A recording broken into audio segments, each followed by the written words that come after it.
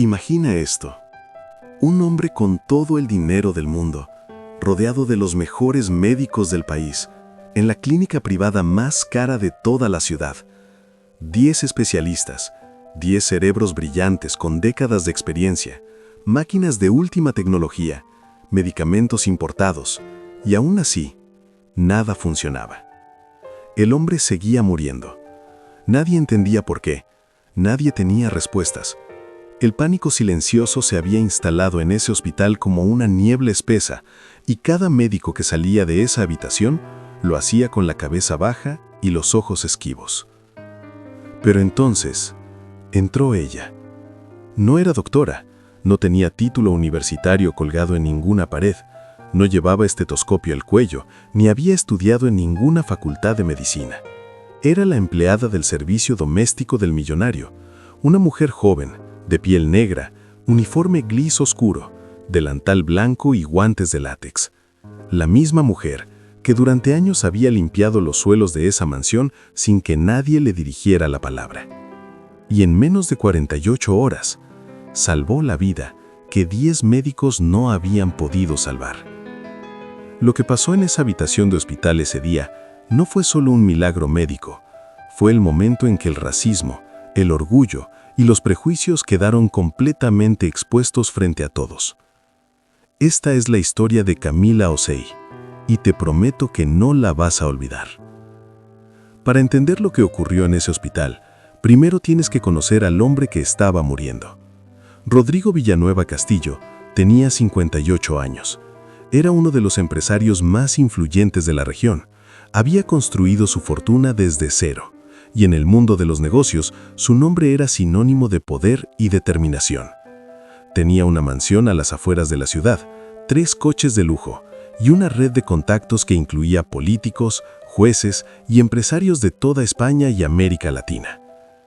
Rodrigo no era un hombre amable, era eficiente, era frío cuando los negocios lo requerían y era, como muchos en su círculo, alguien que valoraba a las personas exclusivamente por lo que podían aportarle económicamente. Para él, el servicio doméstico era parte del mobiliario de la casa, necesario pero invisible. Camila Osei llegó a trabajar en la mansión de los Villanueva cuando tenía 22 años. Sus padres habían emigrado hacia Ghana hacía décadas y ella había nacido y crecido en España, en un barrio humilde del extrarradio de la ciudad. Era una joven inteligente, callada, observadora. Había comenzado a estudiar enfermería, pero tuvo que dejarlo a medias cuando su madre enfermó y los gastos familiares se multiplicaron. Sin otras opciones inmediatas, aceptó el trabajo como empleada doméstica en casa de los Villanueva. Desde el primer día, el trato fue claro. Ella era parte del servicio. Nada más. La señora Villanueva, Isabel, era educada pero distante. Los hijos de Rodrigo, 2 varones adultos y una hija adolescente, la ignoraban como si fuera parte de las paredes. Y Rodrigo ni siquiera sabía su apellido. La llamaba simplemente la chica. A veces ni eso. Pero Camila hacía su trabajo con una dedicación que nadie notaba. Observaba, escuchaba, recordaba detalles que nadie más registraba. Sabía qué pastillas tomaba cada miembro de la familia, a qué hora, con qué comida. Sabía cuándo el señor Villanueva había dormido mal porque al día siguiente dejaba la taza del café a medio terminar. Sabía cuándo estaba bajo de tensión porque frotaba el cuello con los dedos mientras leía el periódico. Nadie le había pedido que prestara atención a esas cosas, simplemente lo hacía. Y esa costumbre silenciosa de observar iba a salvarlo todo. Todo comenzó un martes por la tarde. Rodrigo Villanueva llegó a casa más temprano de lo habitual. Camila, que estaba reorganizando el armario del pasillo, lo oyó entrar por la puerta principal. Lo que le llamó la atención no fue su llegada, sino el sonido de sus pasos. Lentos, pesados, sin el ritmo habitual de un hombre que controlaba cada movimiento con autoridad. Esa noche, Rodrigo no cenó, solo pidió que le llevaran agua a la habitación. Al día siguiente, no bajó a desayunar. Para el tercer día, el estado del millonario había empeorado de forma alarmante. Tenía fiebre alta que no cedía, dolores musculares intensos, confusión en los momentos de vigilia y una fatiga tan profunda que no podía mantenerse sentado sin apoyo. La familia decidió ingresarlo en la Clínica Santa Eulalia, el centro médico privado más prestigioso de la ciudad. Un lugar donde los pasillos eran de mármol y los médicos llegaban a las reuniones con carpetas de piel y relojes suizos. El ingreso de Rodrigo Villanueva fue un evento en sí mismo. La familia llegó en coches negros. Isabel acompañó a su marido con su mejor ropa de ocasión, como si, incluso en la adversidad, hubiera que mantener las apariencias. Los hijos hicieron llamadas urgentes, se reservó la mejor suite del ala privada. Y llegaron los médicos. Uno tras otro, los especialistas fueron desfilando por la habitación de Rodrigo. El cardiólogo, el internista, el neurólogo, el especialista en enfermedades infecciosas, el reumatólogo, el endocrino, análisis de sangre, escáneres, resonancias magnéticas, biopsias, cultivos bacterianos. El cuerpo de Rodrigo fue sometido a un escrutinio exhaustivo que costaría más dinero que la mayoría de personas ganan en un año. Los resultados eran contradictorios, desconcertantes. Cada especialista tenía una teoría diferente y ninguna encajaba del todo con el cuadro clínico completo. El cardiólogo descartó causas cardíacas con seguridad. El neurólogo no encontraba lesiones. El especialista en infecciosas sospechaba de un agente viral atípico, pero los cultivos no confirmaban nada. Mientras los médicos deliberaban en los pasillos con el ceño fruncido y las carpetas bajo el brazo, Rodrigo seguía deteriorándose.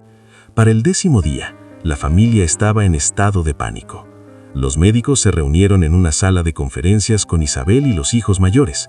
Había 10 doctores alrededor de esa mesa, 10 mentes entrenadas durante décadas, y ninguno tenía una respuesta definitiva. Fue entonces que Isabel, desesperada, tomó una decisión que en el momento le pareció lógica, pero que cambiaría el rumbo de todo. Llamó a Camila. No para pedirle su opinión médica, por supuesto, ni se le pasó por la cabeza. La llamó porque quería que alguien de confianza estuviera en el hospital para ayudar con las tareas prácticas, organizar la ropa del señor, coordinar con las enfermeras sobre las preferencias personales de Rodrigo, asegurarse de que la habitación estuviera exactamente como a él le gustaba. Isabel necesitaba a alguien que conociera los hábitos del señor Villanueva mejor que nadie. Camila llegó al hospital al día siguiente. Entró en la habitación con su uniforme gris oscuro, el delantal blanco y los guantes de látex. Se colocó en un rincón discreto y comenzó a hacer lo que siempre hacía: observar. Lo que vio le generó una inquietud inmediata. No era solo el color amarillento que comenzaba a asomar en la piel del señor Villanueva, no era solo la rigidez de sus manos o el patrón irregular de su respiración. Era algo más específico, algo que no estaba en ningún análisis clínico porque nadie había preguntado las preguntas correctas. Camila no dijo nada. Todavía no. Pasó las siguientes horas revisando en silencio todo lo que había en esa habitación, los medicamentos que le estaban administrando, las notas del personal de enfermería, el menú que le traían. Y luego, cuando las enfermeras salieron y ella se quedó un momento sola con el señor, le hizo una pregunta muy sencilla, una pregunta que ninguno de los 10 médicos le había hecho. Rodrigo respondió con voz débil, casi sin fuerzas, y en ese instante, Camila supo. No supo todo, pero supo lo suficiente para entender que algo muy importante había quedado fuera del diagnóstico. Algo que ella había visto antes, en su etapa de estudiante de enfermería, en un caso práctico que su profesora había presentado como ejemplo de error diagnóstico por omisión de contexto. Pero tenía un problema enorme. Ella no era doctora, ni siquiera era enfermera titulada. Era la empleada del servicio doméstico, y los médicos que rodeaban ese caso eran hombres y mujeres con décadas de experiencia, trajes impecables y una certeza en su propia superioridad que funcionaba como un muro invisible y absolutamente sólido. Camila sabía lo que iba a pasar si intentaba hablar. Y sin embargo, lo intentó. Se acercó al doctor Pradillo en el pasillo. Con voz respetuosa, con la mirada firme, pero sin confrontación, intentó compartir lo que había observado. Le dijo que conocía los hábitos del señor Villanueva desde hacía años. Le dijo que había notado algo en la combinación de síntomas que quizás valía la pena revisar. Le preguntó, con toda la educación posible, Si habían considerado una determinada interacción entre dos de los medicamentos que Rodrigo tomaba de forma crónica y uno de los nuevos fármacos que le habían prescrito durante el ingreso. El doctor Pradillo la miró. La miró de la misma forma en que se mira un objeto que apareció en el lugar equivocado, con una mezcla de sorpresa, condescendencia e irritación apenas disimulada. Le dijo que agradecía su preocupación, que era comprensible que los empleados del hogar sintieran afecto por sus empleadores, pero que los asuntos médicos eran competencia exclusiva de los profesionales cualificados, y que lo más útil que ella podía hacer era asegurarse de que el señor estuviera cómodo y la habitación estuviera ordenada. Dicho esto, el doctor Pradillo se alejó por el pasillo sin volver la vista atrás. Camila se quedó de pie en ese corredor de mármol blanco, con el corazón acelerado, con la rabia quieta de quien ya sabe cómo funciona el mundo. Esa noche, Rodrigo Villanueva sufrió una crisis severa. Sus constantes vitales se desestabilizaron de forma alarmante, el monitor cardíaco comenzó a emitir señales irregulares. En cuestión de minutos, la habitación se llenó de médicos y enfermeras moviéndose con urgencia. Isabel y los hijos esperaban fuera, en el pasillo, con los rostros desencajados y las manos entrelazadas. Camila también estaba en el pasillo. Observó la escena con una calma que por dentro no sentía. Vio cómo los médicos se agitaban, vio cómo el doctor Pradillo daba instrucciones con voz tensa, vio cómo las enfermeras corrían con bandejas de medicamentos, y supo, con una certeza que se le instaló en el pecho como una piedra fría, que si nadie hacía algo diferente en las próximas horas, Rodrigo Villanueva no iba a sobrevivir. Camila tomó su teléfono móvil, se fue al baño, cerró la puerta y durante la siguiente hora buscó, leyó y confirmó todo lo que había intuido. No era una intuición sin base, era conocimiento incompleto pero real, respaldado por artículos médicos que encontró en publicaciones científicas abiertas. Era exactamente lo que su profesora de enfermería había llamado una vez el error invisible. Una toxicidad acumulativa derivada de la interacción de tres sustancias que por separado eran inocuas, pero juntas, en un paciente con una condición hepática leve que estaba documentada en el historial médico, se convertían en veneno lento. Lo más terrible era que estaba en el historial. Era información que ya tenían. Simplemente nadie había conectado los puntos. Cuando salió del baño, Camila fue directamente a buscar a la señora Isabel. No fue al doctor Pradillo, no perdió tiempo con el muro de arrogancia que ya conocía. Fue a la única persona que en ese momento tenía el poder real de decidir. Se plantó frente a Isabel Villanueva con los guantes de látex todavía en las manos y le dijo con una claridad que no dejaba espacio para la condescendencia lo que había encontrado. Le explicó el mecanismo, le citó los documentos, le dijo qué análisis específico confirmaría o descartaría su hipótesis en menos de 2 horas y le dijo que si tenía razón, la solución era relativamente sencilla: retirar el fármaco implicado, administrar el protocolo de soporte hepático y comenzar el monitoreo continuo de sus constantes. Y Rodrigo Villanueva, que llevaba 11 días deteriorándose sin que nadie encontrara la causa, comenzó a estabilizarse, lentamente, pero de forma inequívoca. Las alarmas del monitor cardíaco dejaron de sonar, su temperatura empezó a bajar, el color de su piel fue recuperando su tono habitual. A las 4 de la madrugada, los médicos salieron de la habitación con una expresión que no era de triunfo, sino de algo más complicado. Y en el pasillo, con su uniforme gris oscuro y el delantal blanco, Camila Osei estaba de pie junto a la puerta, mirando la nada con los ojos brillantes y los hombros en calma. Rodrigo Villanueva pasó 5 días más en la clínica recuperándose. Cuando fue dado de alta, caminaba por su propio pie. Estrechó la mano del doctor Soldevila. Intercambió palabras breves con el doctor Pradillo. Y cuando llegó al coche que esperaba en la puerta, donde Camila sostenía la puerta abierta como hacía siempre, se detuvo. Se detuvo durante un momento que duró mucho más de lo que duran los momentos ordinarios. La miró. La miró de verdad. No como se mira aparte del mobiliario. No como se mira a alguien que está ahí para ser útil y nada más. La miró como se mira a una persona. Y le dijo 2 palabras que probablemente nunca había dicho con ese peso en toda su vida. Gracias, Camila. No fue un discurso, no hubo lágrimas, no hubo gran escena de redención. Solo esas 2 palabras. Y en el silencio que vino después, ambos supieron que algo había cambiado de forma irreversible. Semanas más tarde, Rodrigo Villanueva hizo algo que sorprendió a toda su familia. Pagó íntegramente los estudios de enfermería de Camila, no como un gesto de caridad, sino como el reconocimiento explícito de una deuda real. Y cuando la clínica Santa Eulalia, presionada por los hechos, ofreció a Camila una posición como auxiliar de enfermería mientras completaba su formación, Rodrigo llamó personalmente al director para asegurarse de que el salario fuera justo y las condiciones dignas. El doctor Pradillo nunca pidió disculpas. Eso también es parte de la historia, porque esta historia no tiene un final perfectamente envuelto en papel de regalo. Los prejuicios no desaparecen de un día para otro. Las estructuras de poder que hacen que una mujer joven, negra y sin título tenga que demostrar el doble para que su voz sea escuchada a la mitad, esas estructuras no se derrumban con un solo caso, por mucho que ese caso sea extraordinario. Pero lo que sí cambió fue una vida. Y quizás, en algún lugar invisible y difícil de medir, también cambió la mirada de algunas personas que estuvieron presentes en ese pasillo de mármol blanco.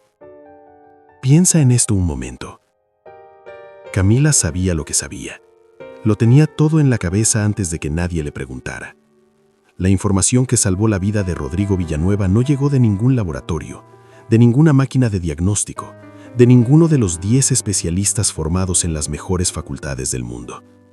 Llegó de una mujer joven que había abandonado sus estudios por falta de recursos, que limpiaba suelos y organizaba armarios, que era invisible a la familia que le servía, que cuando intentó hablar la primera vez fue despedida en 30 segundos con una sonrisa condescendiente. La única diferencia de que Rodrigo muriera o viviera fue que alguien, finalmente, la escuchó. ¿Cuántas veces pasa esto en sentido contrario? ¿Cuántas veces la persona que tiene la respuesta no puede darla porque el mundo ha decidido de antemano que no tiene el perfil adecuado para ser escuchada? ¿Cuántos diagnósticos erróneos? ¿Cuántas decisiones equivocadas? ¿Cuántas oportunidades perdidas? No por falta de conocimiento, sino por exceso de prejuicio. La historia de Camila Osei no es una historia sobre una heroína excepcional que venció contra todo pronóstico. Es una historia sobre lo que sucede cuando el sistema funciona exactamente como está diseñado para funcionar, ignorando a quienes no encajan en el molde que el poder ha definido como válido.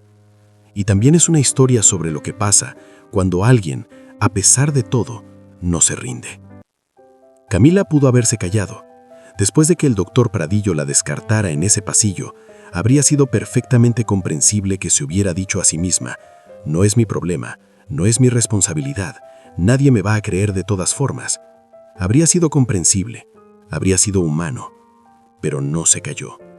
No por heroísmo, no por ingenuidad, sino porque había algo en ella que era más grande que el miedo a ser ignorada de nuevo.